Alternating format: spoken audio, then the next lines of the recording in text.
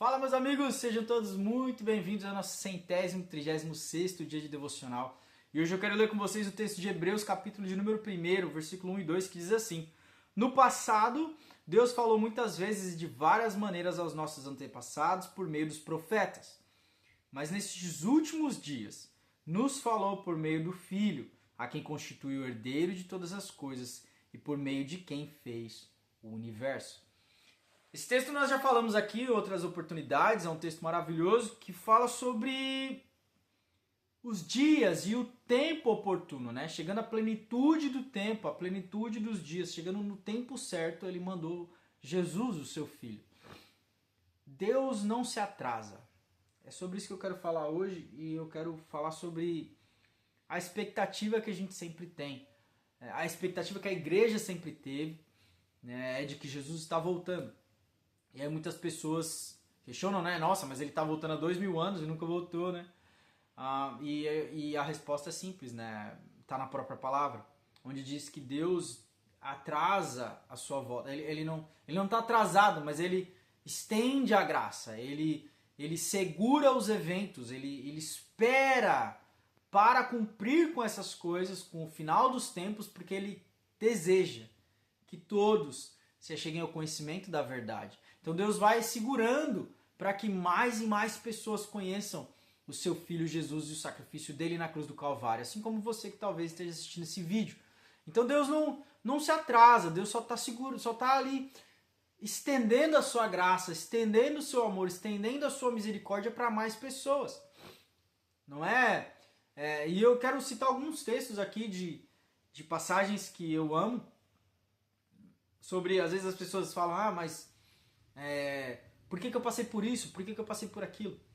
Em Daniel, capítulo de número 3, por exemplo, versículo 16 a 18, a gente vai ler a história de Sadraque, Mesaque e Abidnego, Misael, Azarias e Ananias, que eram os amigos de Daniel. E esses rapazes, eles surge ali uma história, uma situação onde o rei constrói uma estátua e ele queria ser adorado, e ele fala, olha, no determinado tempo, quando tocar a trombeta, todo mundo tem que se ajoelhar diante da estátua e adorar a estátua e tal. Isso não acontece só uma vez, acontece várias vezes durante o livro de Daniel, acontece em uma outra oportunidade, porque as pessoas queriam enquadrar ali os não nativos, né, os estrangeiros em crimes, né? Então queriam colocar como adoração como um crime, então todo mundo tinha que adorar o mesmo Deus ali, no caso a estátua do Nabucodonosor. E aí os caras falaram, não, a gente não vai se prostrar não, esse negócio aí a gente só se prostra diante de Deus. E aí eles são condenados ali por crime, são levados diante do imperador e o imperador fala, se vocês têm que se prostrar aí, porque se vocês não se prostrarem, a condenação é a fornalha. Eles falam, ó Nabucodonosor, não precisamos defender-nos diante de ti. Versículo 16. 17. Se formos lançados na fornalha em chamas, o Deus a quem servimos pode livrar-nos, e ele nos livrará das tuas mãos, ó rei. Mas se ele não nos livrar, sabe, ó rei, que não serviremos aos teus deuses, nem adoraremos a imagem de ouro que você mandou erguer. E aqui, ponto interessante, esses homens estavam sendo fiéis a Deus. Eles estavam sendo fiéis ao Senhor, não se prostrar a outros deuses, nem adorar imagem de escultura e etc e tal, adorar outras coisas a não ser o único Deus verdadeiro. E aí a gente pode pensar, poxa, então eles estavam fazendo a vontade de Deus, então Deus tinha que cuidar deles, não é?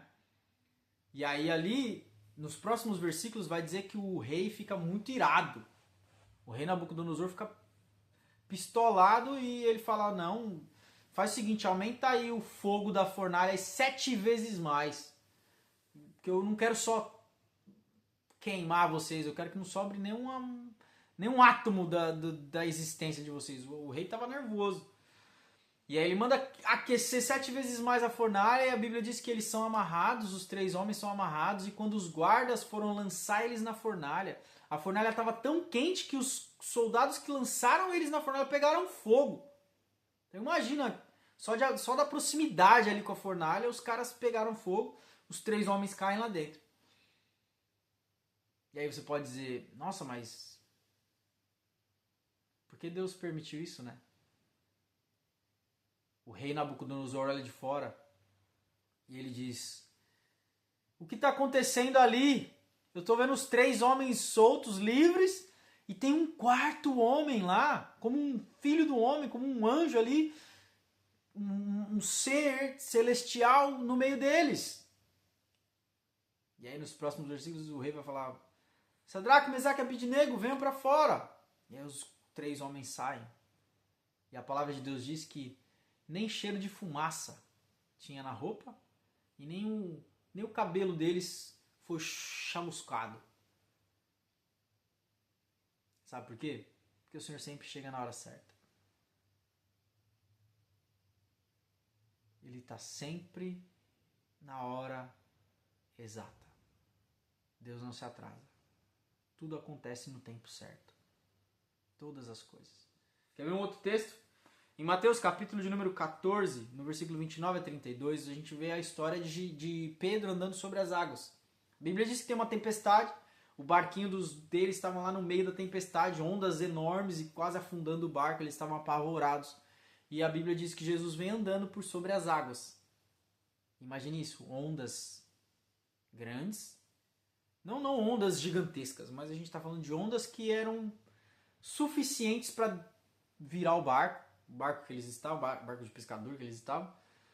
Então a gente pode imaginar ali qualquer onda de 2 metros, 3 metros de altura, não sei. Mas a Bíblia diz que Jesus vem andando sobre as águas. Então imagina ali o mar revolto. Estou aqui fazendo os efeitos especiais. E Jesus está andando sobre as águas. E aí nós lemos o texto aqui. Ele, antes do versículo 29, eles vão falar: oh meu Deus, um fantasma! E aí Jesus vai falar: paz, tenha um bom ânimo, sou eu. E Pedro vai dizer: se és tu mesmo, manda eu ir aí contigo. Olha o desafio. E aí o versículo 29 vai dizer: vem, respondeu Jesus.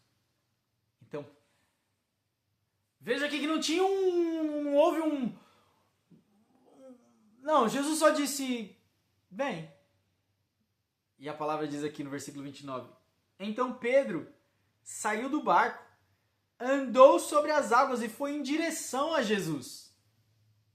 Mas quando reparou no vento, ficou com medo e começando a afundar, gritou: Senhor, salva-me! E imediatamente Jesus estendeu a mão, segurou-o e disse: homem de pequena fé, por que você duvidou? Quando subiram no barco, o vento cessou.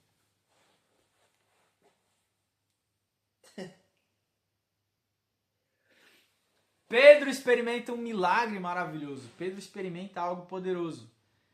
Mas o que eu quero frisar aqui é que quando reparou no vento, ficou com medo. E começando a afundar, gritou: Senhor, salva-me. A gente não lê aqui quando começou a se afogar. A gente não lê aqui quando estava perdendo a vida. A gente não lê aqui quando estava no pior momento. A gente lê aqui quando ele começa a afundar. Ele grita por socorro. Eu quero analisar alguns pontos com vocês aqui, por exemplo, com os Sadraque, Mesaque e Abednego, esses homens,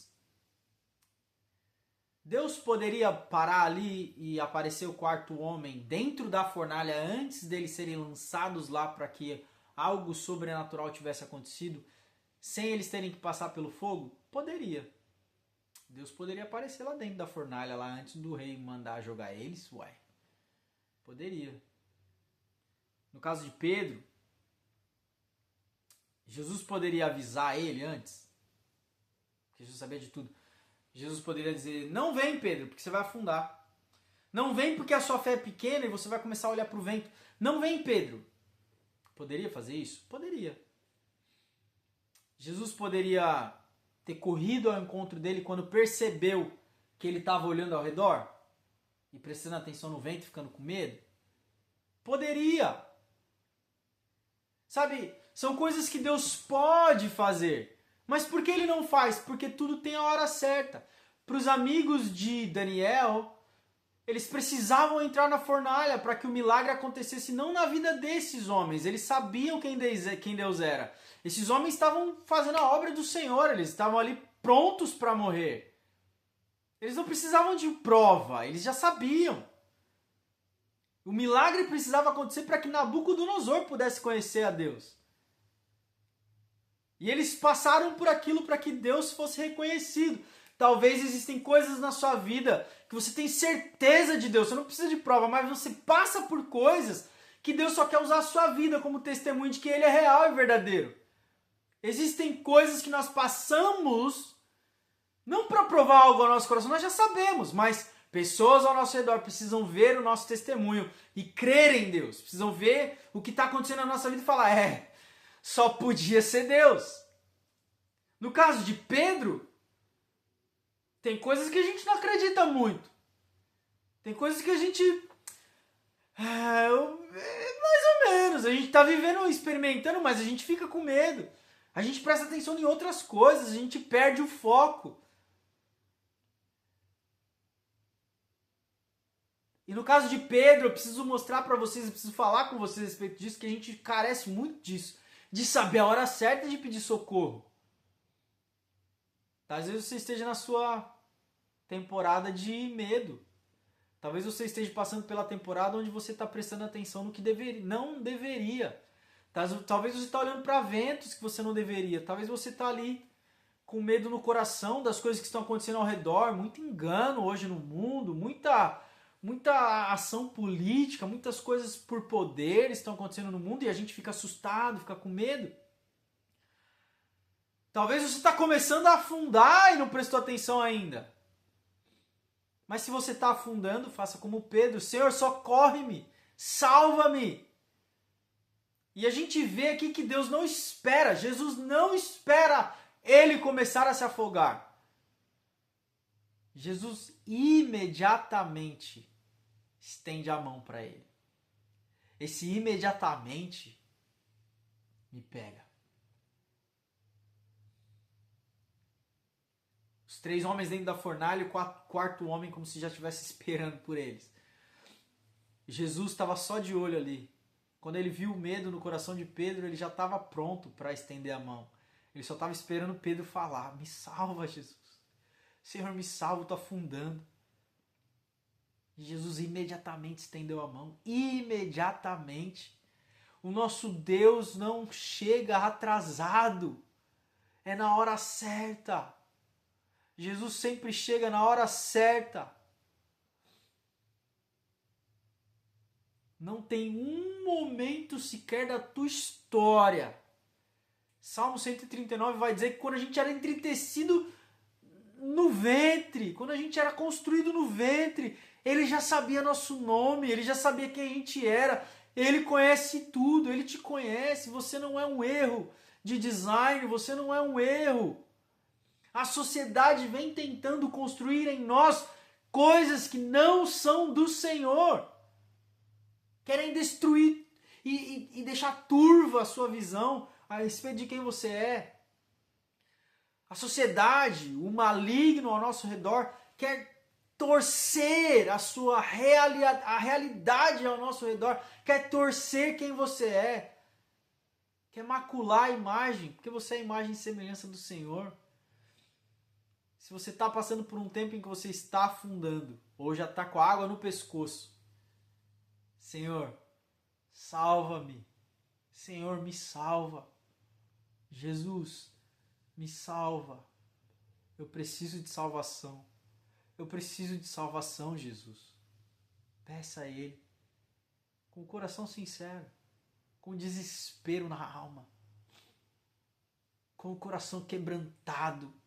A palavra de Deus diz que Ele não rejeita um coração contrito e quebrantado no altar. Clame, peça socorro, porque eu tenho certeza, imediatamente Ele vai estender a mão para você e vai te salvar e vai te livrar. Apenas creia, porque quando chega a plenitude dos tempos, quando chega a hora certa, Ele vai enviar o socorro. Que seja para você o dia da salvação hoje. peça socorro hoje. E Ele vai prontamente te ajudar. Para a glória do nome dEle. Amém? Deus te abençoe, Deus abençoe sua vida. Curte, compartilha, comenta, manda esse vídeo para alguém. E Deus te abençoe. Até daqui a pouco.